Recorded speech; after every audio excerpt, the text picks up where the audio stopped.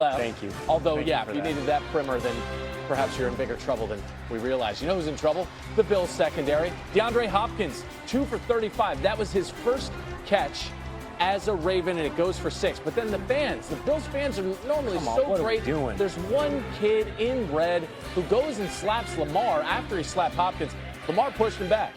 Kind of like John Mulaney. Soft push. Yeah, hey, listen, man. Lamar said he slapped me, so I forgot where I was. Kid. A little bit. And then Lamar can do this. Yeah. He jukes not one, but 2 Bills, right? He's dodging Bills like I did in college, and then he's coming right on up. They don't forget, coming Andy. right I on up. want you to know. I think that dry cleaning place closed. Lamar gets tackled, so it's a gain of 19. Later, Lamar, just tuck it to Derrick Henry, and the King will do the rest. 18 carries, 169 yards, 2 touchdowns, most rushing yards in the season opener in Ravens history. But here come the Bills, because they got Josh Allen now, and the Ravens had been 25-0 when scoring 40 points in the game.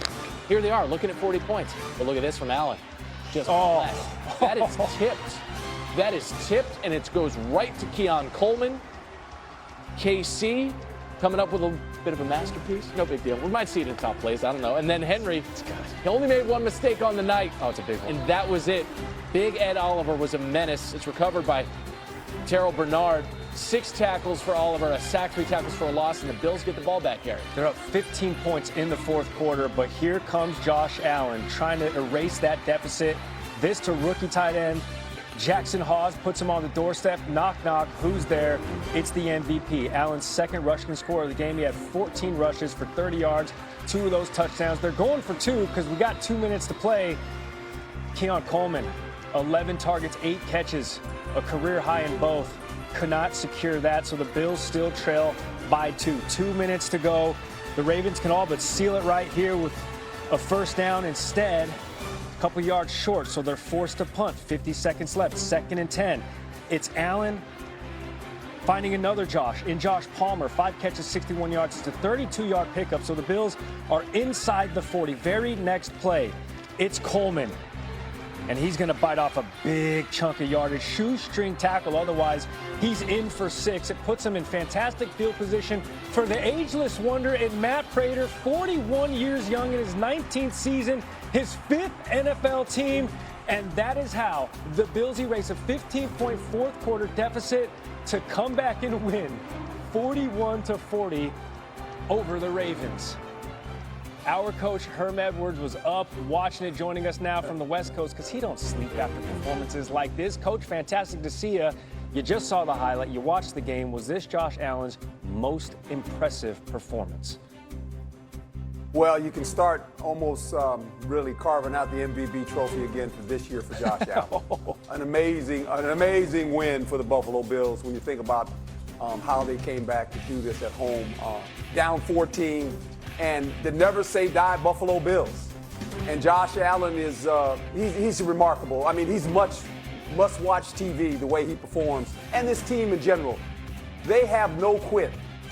This game should have been over, but the Ravens have a problem finishing games off, the details of it all. They were outplayed until about the last 5 minutes of the game, and the Buffalo Bills found a way to beat the Ravens again. Okay, Coach, to that point, though, you mentioned Baltimore just continues to be on the wrong end of these. Yet another double-digit lead that goes begging. Why do the Ravens keep struggling to close out games? Details, the little things.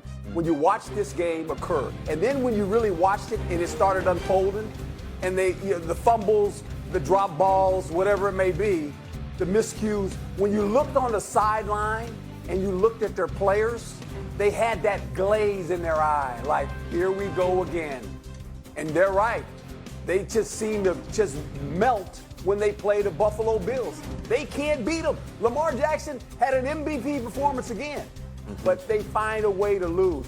2 straight now, all of a sudden, losses in their openers.